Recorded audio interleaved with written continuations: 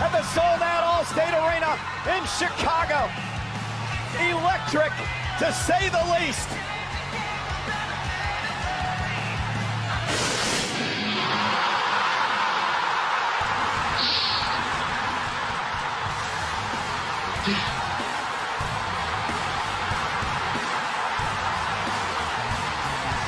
Well, this was a few days ago now. I'm sure, as most of you know in the wrestling community, CM Punk, this was the return to WWE. For those who never thought it would ever happen, we're back, by the way. This is the Malapert Smark Podcast. I got Vlad here, the wrestling expert, the mainstay on this show. We also got Robert back. Robert, thank you for being here. Robert took a paid leave of absence. We granted him permission to take some time away from the show because he had some personal stuff going on. Wait a second. But he gets paid? But I will say this. Finally, the Rob has come back. Oh, the Rob. We welcome you back with open arms. Thank you. Yes, thank you. and we didn't actually make any money while you were gone, but if we did, you would have been cut in on it for sure. So just so you know, Good to know. I want you to know that. But okay, so you haven't been with us for a few weeks. CM Punk is back in WWE. Last week we did a Survivor Series kind of a half-hearted preview. We weren't really excited for it. We were talking about whether or not we were excited for it. It was kind of like, not really. We didn't really expect Punk to come back, so we didn't even mention it. It wasn't even in the predictions. Like, we'll CM Punk show up, because I thought for sure, no way. I hadn't heard anything. It didn't seem fathomable. Let's hear your reactions. I'll start with Robert. Right when it happened, the day it happened, the moment it happened, let us know where you were when you found out about it, or did you see it live? I was watching it live. I actually did think it was a possibility that he might show up. And even more so when I looked at the time when the main event ended, it looked like it was like 7:45, like so 15 minutes earlier than when I expected the event to end. So when the main event ended at that time, I was like, why is it so early? Are they actually leaving time open for CM Punk to return, right? That's what I was thinking. And then I saw at the end of every WWE event, whether it's a premium live event or like a Raw or SmackDown, you know, at the very last minute, they show like a graphic on the bottom right corner. It's like a copyright image, right? So you know, you know the show is ending. So it came up, right? So I was thinking, oh, wait, that the graphic is coming up. So I guess that means it's supposed to end, but it's 15 minutes early. So I was still a little skeptical. Then I heard the entrance music and I was like, what? It actually happened. Quite a pop. Everyone shat Oh. themselves at the stadium in Chicago. Like I haven't heard a pop like that since I want to say when Edge showed up at Royal Rumble a couple of years ago. That was like pretty crazy too. It was like comparable to that, I would say. But yeah, that was insane. I was surprised and I was happy at the same time. I'm actually looking forward to what's coming next. That's true. It opens up a lot of possibilities now. Mm-hmm. Vlad, what about you? Just talk about that night before we talk about Raw, because I'll play a little bit of what he said on Raw. Yeah. Sure. As far as we said, I didn't think it was going to happen. We texted about it. Should we even mention it on the show? I think we both came to the conclusion that it's probably unlikely. So why even talk about it? Even though we mentioned it. Not on the show, but just privately. But as far as, so I didn't watch it live. I watched the replay of it on Peacock. I got slightly spoiled by Kahan. I'll give that away. He didn't completely tell me, but he was in one of his happy banter moods. I'll say that. So he was kind of like, he was too giddy. He made clear that something crazy happened. And I knew it couldn't have been within the matches. I told him, because right when that graphic that you said, Robert, hit, and I was like, oh man, that's it. That sucked. That show sucked. And I had it on my phone. I was at the bar watching like the Laker game, but I was keeping my eye on the show. I'm like, that's it. The baby faces won the women's war games. The baby faces won the men war games. And then that's the end of the show. I'm like, man, how lame. And I texted Vlad, that was just a horrible show. And then 5 seconds later, I texted him, holy crap.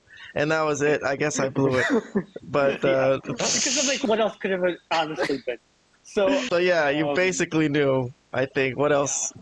But I didn't tell you after that, and you tried to have a good attitude about it and still I watch tried to have it. a good attitude. I tried to have a good attitude about it because, and there was, At that point, I should have just told you because nothing really happened. Yeah. He just came and smiled to the crowd, so whatever. Okay, he's back. Yeah. Well, it was a pretty fantastic moment. I mean, in the sense of the crowd reaction, the sheer emotion of the crowd. He's so over in Chicago. He's literally one of them. So it was a great moment as far as the pop, the reaction of like the online, social media, and what have you. And I mean, I popped, even though I knew it was coming. I was like, oh wow, this is still a great moment, you know. And they did it really perfectly. Like everyone mentioned, they had the whole captions thing. Like they were going off the air. Everybody was confused because not so much they were confused, but there was a thought that like it could happen, right? So there was a little bit of disappointment. But when that music played, it was pretty great. It was a pretty great moment. They did that whole thing perfectly. I would say overall, it was a great moment. A great wrestling moment. I just hope it works out, because how many times are we going to see the introduction of Punk coming back? 3 times in AEW, because he was injured twice. His debut, his return, and then now a WWE return. And it's just like, dude, okay, I think it's going to work out, because he's just got nowhere else to go. All right, you know what? Before we comment any more on Punk and whether it's going to work out in WWE this time, let's play some of his promo from Raw, WWE Raw, when he came back. I guess he was the last thing he was advertised the whole day that he was going to speak at the very end.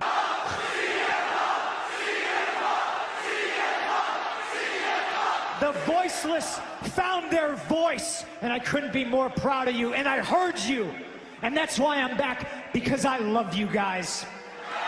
I love you guys. I love you guys, and I've missed you guys, and I've missed all this, and I wish I could say I never had to leave. But once upon a time, a wise man told me, for me to get everything I need out of this place, I'd have to leave and come back. Hate to say the wise man was right.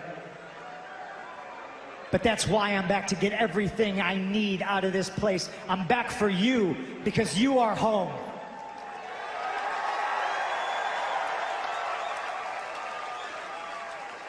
Saturday night was an amazing moment. Monday night is an amazing moment. Try to have the words to explain to you how it feels, but in front of and behind the camera, it's been nothing but love. It's been nothing but hugs. It feels like a family reunion. Everybody back there is happy to see me, and it's all smiles. A few people kissed me on the mouth. It's welcome back, welcome home. We've missed you. We're happy to see you. By the way, how's AJ? And ladies and gentlemen, I'm here to tell you, AJ is fabulous, and she sends her regards.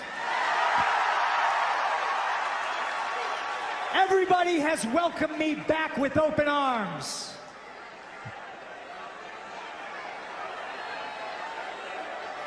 Well, almost everybody. Some people are afraid. They're afraid of the truth.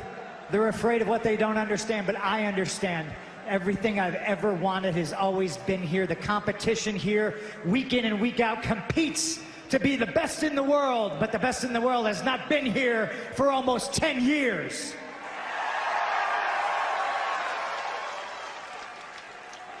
I understand being afraid. They're afraid that I just set the bar to an unattainable level. They're afraid that the brass ring is in my back pocket and they can't grab it. They're afraid that the most dangerous and controversial, feared man in this industry just walked through the front door and there's nothing that they can do about it. Some people are afraid that tomorrow morning when they wake up, they're going to have to come to terms with the fact that their best efforts at being the best in the world, in this ring, on this microphone, even at commentary, isn't just false, but it's a lie. Because the best in the world is back, and the best in the world is standing in the middle of the ring, live and in living color in Nashville, Tennessee, on a Monday night, and his name is...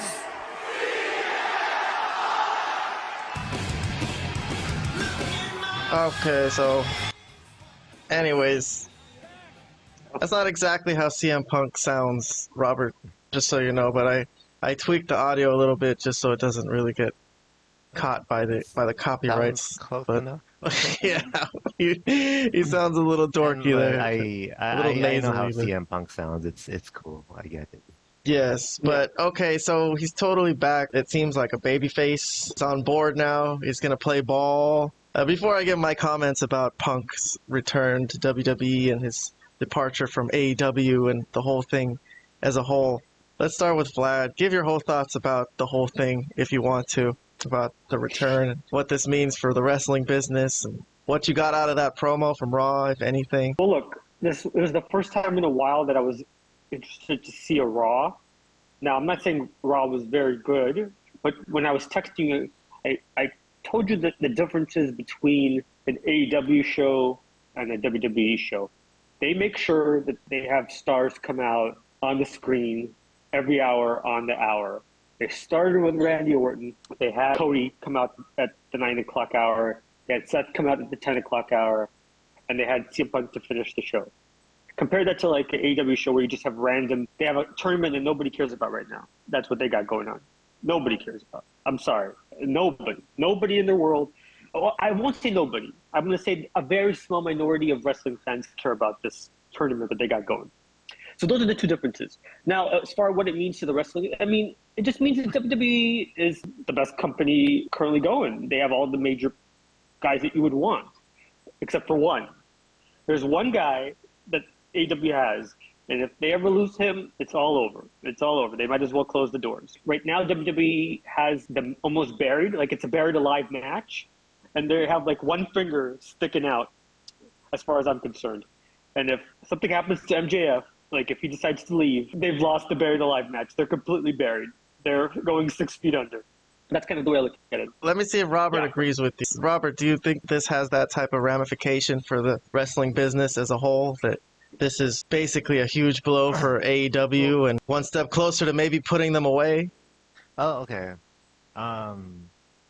Sure. Well, I'll get to that. I just want to give my general thoughts on his return first, including some of my thoughts of Seth Rollins' reaction to his return. I don't know if you guys saw the video. Of course. There were a lot of videos of. Okay. Yeah. Yeah, everybody saw that. That's what he was referring to in his promo, too, that the one guy that wasn't welcoming him back with open arms.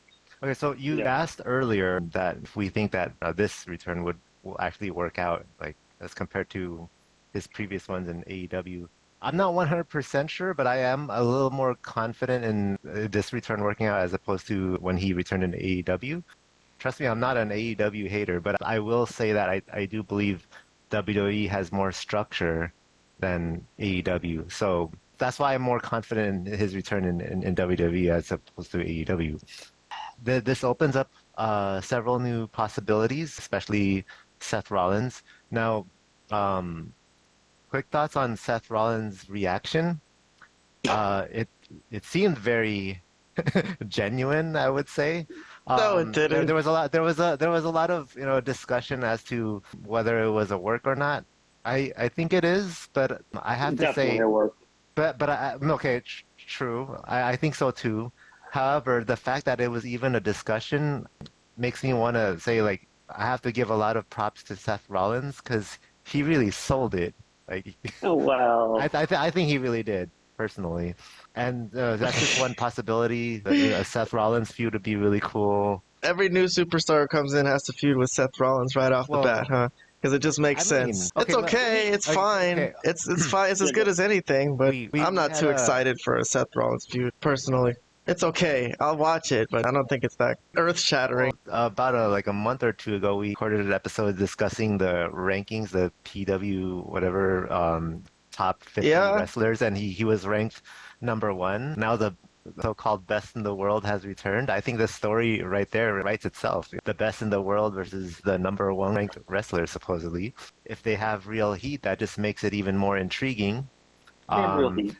And I think they can make it work. I believe they can be professional enough to make it work because let's take Seth Rollins, for example. From what I've heard, he had real beef with Matt Riddle, but they still made it work. They had a match at, I think it was Clash at the Castle or something, and that was one of my favorite matches of that event. So I know Seth Rollins could pull it off. And as for CM Punk, We didn't know it at the time, but he had beef with Hangman Adam Page, right? We didn't really know about it until much later, but we did find out about it eventually, and they made it work. So I'm confident if there was legitimate beef between them, they can still make this work. So there's that. And that's just one feud that they can use. There's plenty of possibilities that WWE can make with CM Punk's return to kind of like destroy the competition, mainly AEW. That being said, I think given all the history with CM Punk, they really wanted to get him to like bury AEW, I believe. If there was no AEW, I think it would have been less likely that they would have gotten CM Punk back. That was exactly the point I was going to make. Exactly. I was going to say that without AEW, this would have never, ever happened because WWE had just as much a chance to pull CM Punk back in, 2020?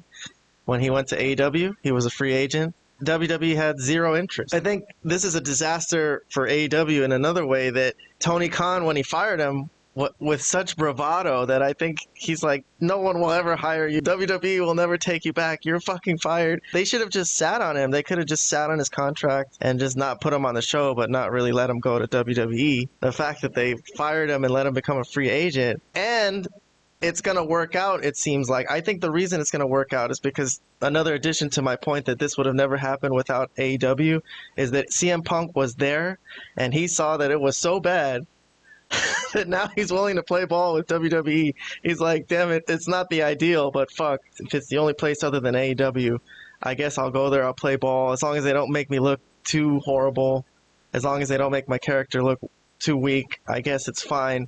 The only question to me has always been what happens to these stars once management wants to put them back into the mid-card and they might not want to. Like, I could use extreme examples like Kofi Kingston, who was a former WWE champion. Now he's doing jobs on a tag team, whatever that was, the other night on Raw that they lost to Diamond Mine, I think. And then, there's other ones like The Miz. He's in the mid-card. Sometimes you have to take a back seat. Yeah, we'll let you main event WrestleMania, but maybe not every year. Maybe this year he might because it's brand new and it's cool. They have him back. And then I think it's good for them to have a superstar back in the mix. Like, why not? Why wouldn't you want to have more stars? It's just good. It just makes for more marquee matchups, more ideas for WrestleMania, which I'll get from you in a minute. I'll ask you guys for possible WrestleMania matchups with Punk in the mix now. Overall, yes, this is a disaster for AEW. I think they didn't think he would go to WWE. Like Vlad said, if they lose Max too, if they lose MJF and their Dynamite ratings fall below like 700,000, like they should at least try to hope to stay around 700,000. If they start falling to like 500,000 for Dynamites, 300,000 for Collisions, it's gonna be like, why are we even doing this? Like, yeah, we're spending a lot of money, but you could put on like a children's cartoon, it'll probably get more ratings than that. You know what I mean? So this is like one step towards completely burying AEW. They're kind of close. If they pull Max away from them, they will basically have nothing. They'll be an indie show, and there will be a lot of people who will lose enough interest that could make people start wondering if this company's going to even survive. I think this is bad. They should have made it work out with Punk, and this all shows like, yeah, they just couldn't be mature. They've got a bunch of immature, I don't want to say children, they're grown-ups, but they act kind of immature. They just can't work together, put their differences aside, and just make money. Do what's best for yourself and the company. They couldn't do it. Well, I just want to say real quick, it's a horrible look because it's now the second guy that's left their company. Yeah, Cody too. And it's just the two biggest stars that they've ever had. And now they're the two biggest stars in WWE, they're the two biggest stars in the WWE, which is outrageous for them. It's a horrific turn of events. The Cody thing is probably even worse because he was an EVP. He was a founder of the company. Punk wasn't a founder of the company, so it wasn't. But it's still bad. It's still really bad. The Cody thing is like the all-time bad because, like I said, one of the 3-4 people that founded the company, and he's like, you know what? I don't care about being an EVP. I don't care. This place is a disaster zone. I'm headed somewhere else, man. I'm headed back to WWE. And you know how he was treated in WWE, or how he said he was treated in WWE. So you know how bad AEW must be for all these guys to going back to WWE. Yes, exactly. Totally agree. That's the only takeaway you could have, because all these guys, all they talked about is how they wanted the freedom. They wanted this. They didn't want to be under WWE's thumb.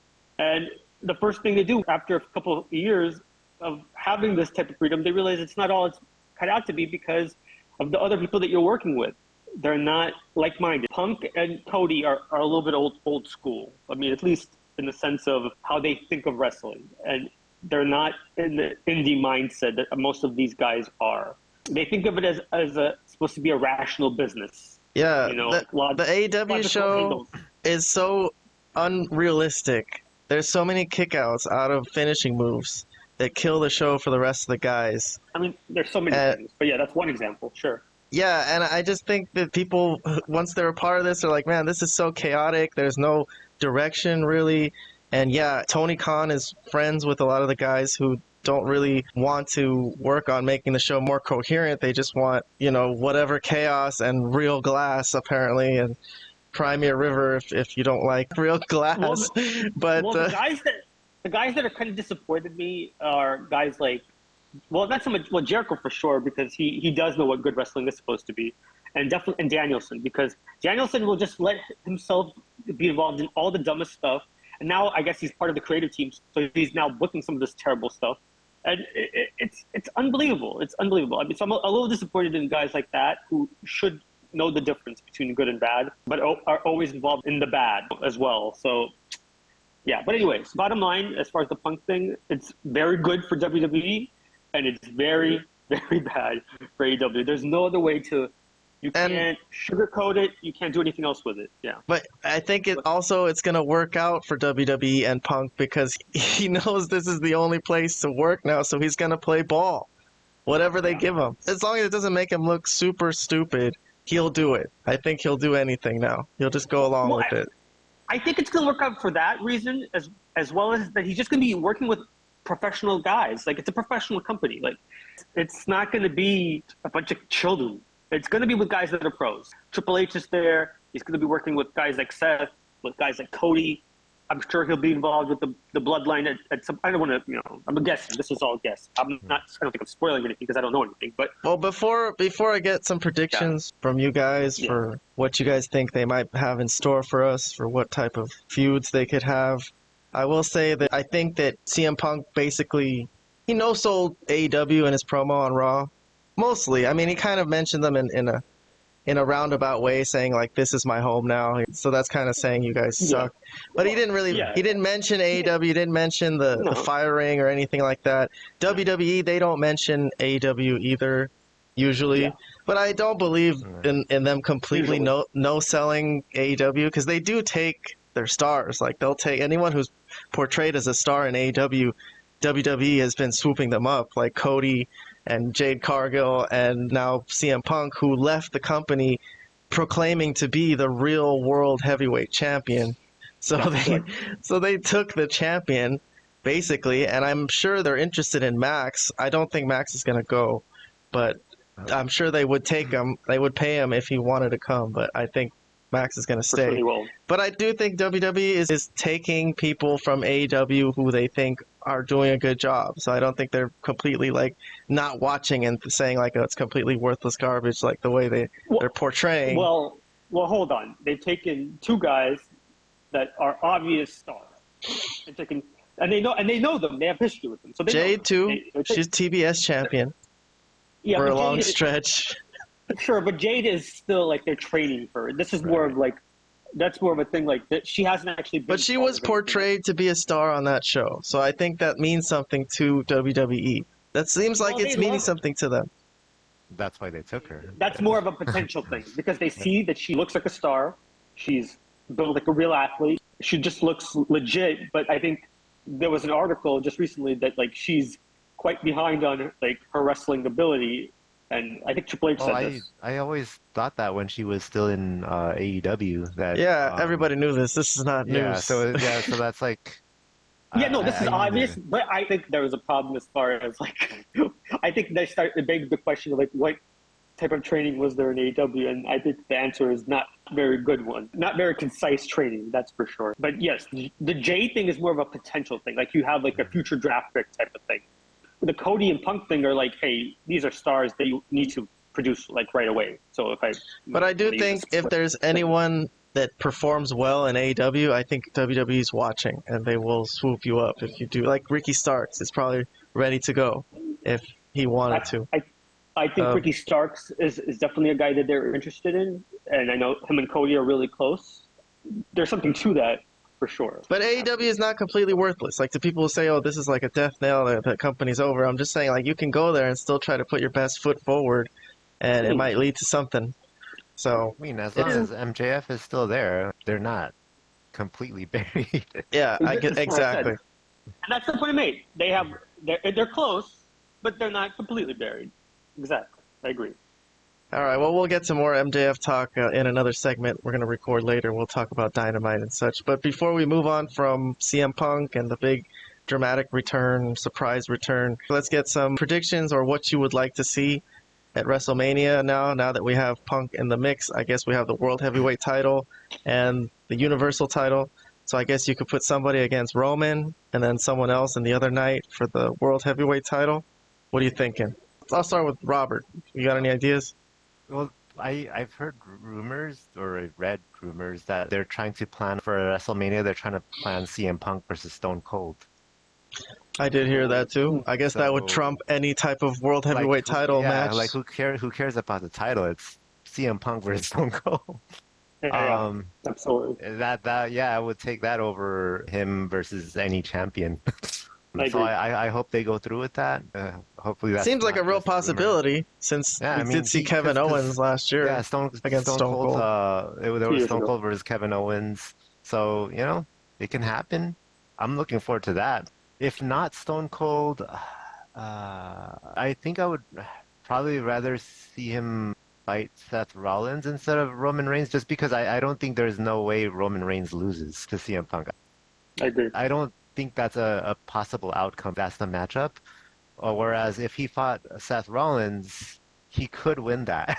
But he's definitely not taking the belt off of Roman. I don't see that happening. So to me, him versus Seth would be the more intriguing matchup.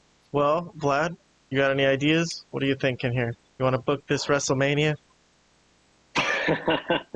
Yeah, I'm going to put on my... The wrestling expert. I'm going to drink my water and spit it out.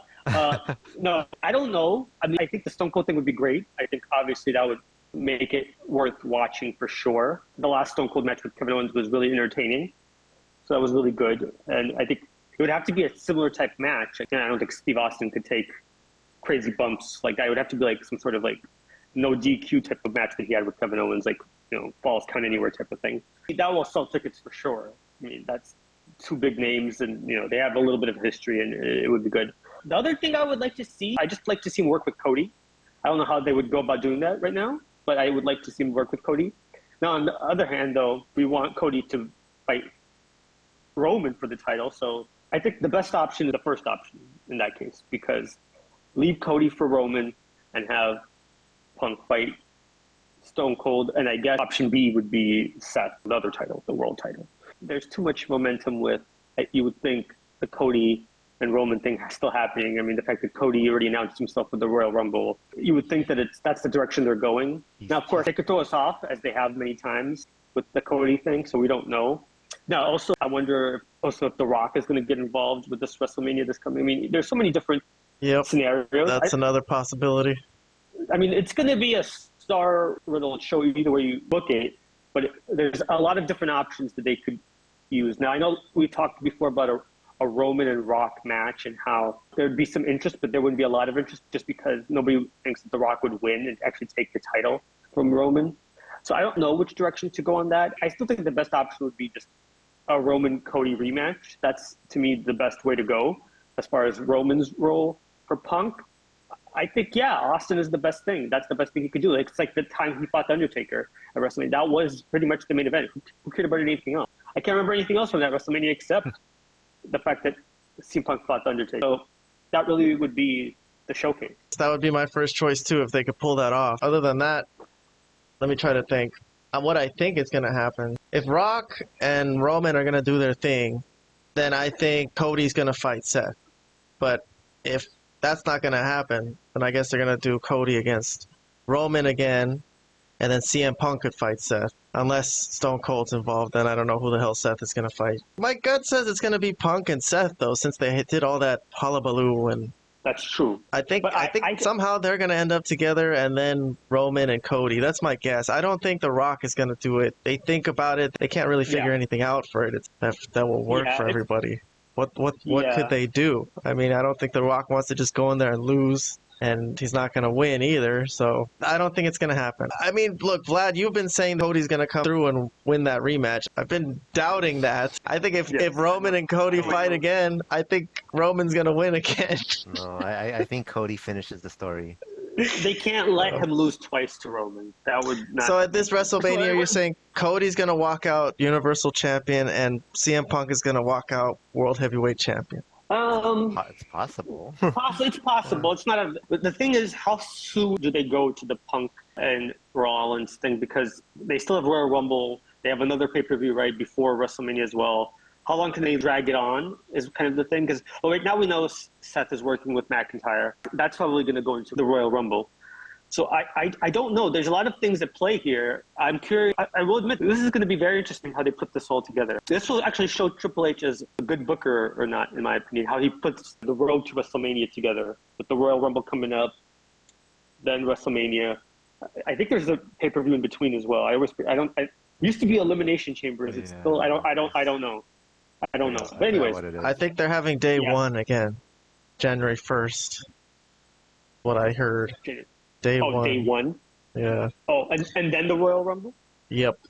That's what I think. But there's still an event in between Royal Rumble and WrestleMania, though. I just don't remember what it is. I don't know what it is either. I know it used to be the Elimination Chamber. I don't know what the heck. Isn't I don't know what it is. Crown Jewel or something like that? You think they might have? Are they going to Saudi Arabia again? They might. I don't know. Oh.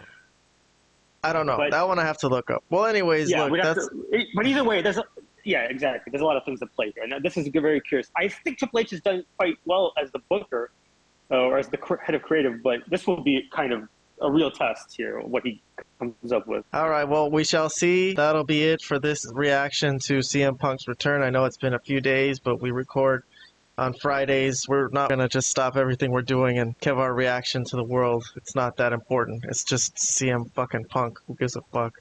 Go back on vacation, CM Punk. Go away for 8 years again and go do nothing. You're starting to sound like Seth Rollins. I honestly don't really care that much. Like, it's okay. It's a big wrestling storyline. It's for us. We do a wrestling show, so okay. But if he disappeared again, will anybody really miss him that much? I mean, a little bit, but we'll survive without him. Wrestling will go on without him. But I guess it'll be cool. Hopefully they figure something out to make something nice for us to watch. Like we've been clamoring for some good, decent wrestling, man. I mean, and this isn't it. I'm sorry. Him showing up and staring at the crowd and showing up and saying, I missed you guys. I love you guys. Like, okay, good. Now let's see something. Tired of these first segments where they don't do anything. They're starting this angle off so slow. I know. They're working towards something really, really big at the end. These guys better finish this angle, man, because I'm so tired of these angles that just start and disappear because these people can't work together or they decide I'm just going to take my ball and go home. Then go home then. God damn. Anyways, that's my rant for this. All this fucking drama for these people. I don't want to work here. I want to work here. You're fired. I'm fired. Fuck you. Did you just do wrestling, please? Anyways, thank you guys for being on the show. We'll come back and we're going to talk more wrestling. After this, we'll record some more segments, including our AEW Collision and Dynamite reviews. Come back for that. Subscribe to our channel if you want to. If you want to. We're not begging or anything. I'm just saying if you want to subscribe. I'm not begging. I'm demanding. I'm saying do it. God damn it. God damn it. No. Be chill, Vlad. Be chill. If they want to subscribe, they can subscribe. I'm the macho man. I can't be chill. I can't be chill. All right. We'll see you guys on the next one.